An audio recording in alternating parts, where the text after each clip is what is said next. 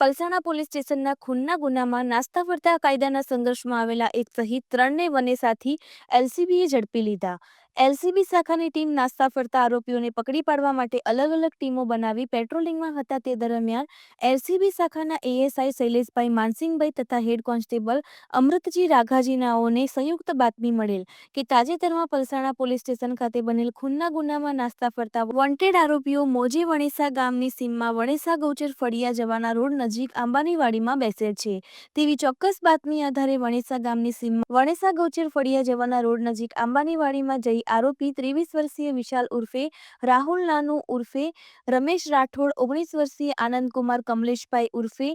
ગુમલો રાઠોડ અને એક કાયદાના સંઘર્ષમાં આવેલ કિશોરને પકડી પાડી આરોપી તથા કાયદાના સંઘર્ષમાં આવેલ કિશોર વિરુદ્ધમાં કાયદેસરની કાર્યવાહી કર્યાની પ્રેસ નોટ ગુરુવારે બપોરે 3 વાગે પ્રાપ્ત થઈ, જેની આગળની કાર્યવાહી માટે પલસાણા પોલીસ સ્ટેશન ખાતે સોંપવાની તજવીજ હાથ ધરી છે.